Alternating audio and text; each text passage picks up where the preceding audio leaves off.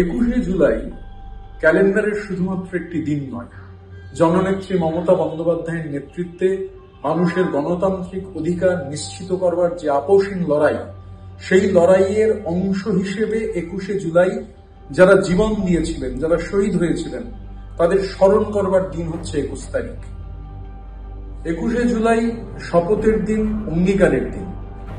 এবারের 21শে জুলাইকে কেন্দ্র করে গোটা রাজ্য জুড়ে, রাজ্যের পাহাড় থেকে সাগর পর্যন্ত তৃণমূল কংগ্রেসের পরিবার তারা প্রচারে সামিল হয়েছেন। যারা ট্রেড ইউনিয়ন করেন, যারা আইএনটিটিউসি করেন, আমাদের ট্রেড ইউনিয়ন কর্মীরা রাজ্যের পাহাড় থেকে সাগর পর্যন্ত 21শে জুলাইকে সফল করবার জন্য নানান ধরনের কর্মসূচি গ্রহণ করছেন। এবারের 21শে জুলাই বিশেষভাবে তাৎপর্যপূর্ণ, কেননা গোটা দেশ জুড়ে গণতন্ত্র রক্ষার লড়াই, সেই লড়াইয়ে মমতা বন্দ্যোপাধ্যায় এটা প্রমাণিত যে তিনি হচ্ছেন সংগ্রামের বর্ষাফলক। বারবার বিজেপির অশ্বমেধের ঘোড়া মমতা বন্দ্যোপাধ্যায়ের সামনে এসে আটকে গেছে। এটা প্রমাণিত যে দেশজোড়া গণতন্ত্রের লড়াইয়ে বিজেপি বিরোধী প্রধান মুখ হচ্ছেন মমতা বন্দ্যোপাধ্যায়।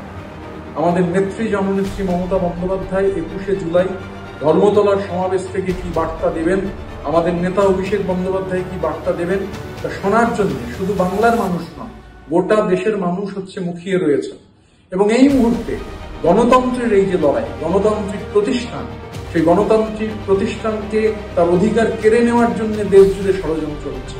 গণতন্ত্রের লড়াই, গণতান্ত্রিক প্রতিষ্ঠান রক্ষার লড়াই, এই লড়াই চলছে। এবং 21শে জুলাই থেকে এই গণতন্ত্রের লড়াইয়ের নতুন দিশা মমতা বন্দ্যোপাধ্যায় দেখাবেন। এবং দেখা যাচ্ছে এই মুহূর্তে যে বাংলা বলার অপরাধ, যে বাংলা এবং বাঙালি, এই বাংলা এবং বাঙালির ওপর কেন্দ্রীয় সরকারে যারা আছেন তাদের যে জাত ক্রোধ, তা প্রকাশিত হচ্ছে। গণতন্ত্রের সমস্ত সীমা লঙ্ঘিত হচ্ছে। গণতন্ত্রের উপর এই চরম আক্রমণ, তার বিরুদ্ধে প্রতিরোধের বার্তা 21শে জুলাই থেকে ধ্বনিত হবে। জননেত্রী মমতা বন্দ্যোপাধ্যায়ের সেই বার্তা নিয়েই আগামীর লড়াই, সামনে দিন জোর লড়াই, সামনের বছর 26 সালে বাংলার বিধানসভা নির্বাচন, মমতা বন্দ্যোপাধ্যায়কে চতুর্থবার মুখ্যমন্ত্রী করবার যে লড়াই, সেই লড়াইয়ে গোটা বাংলার মানুষ তারা ঐক্যবদ্ধ, তারা দায়বদ্ধ।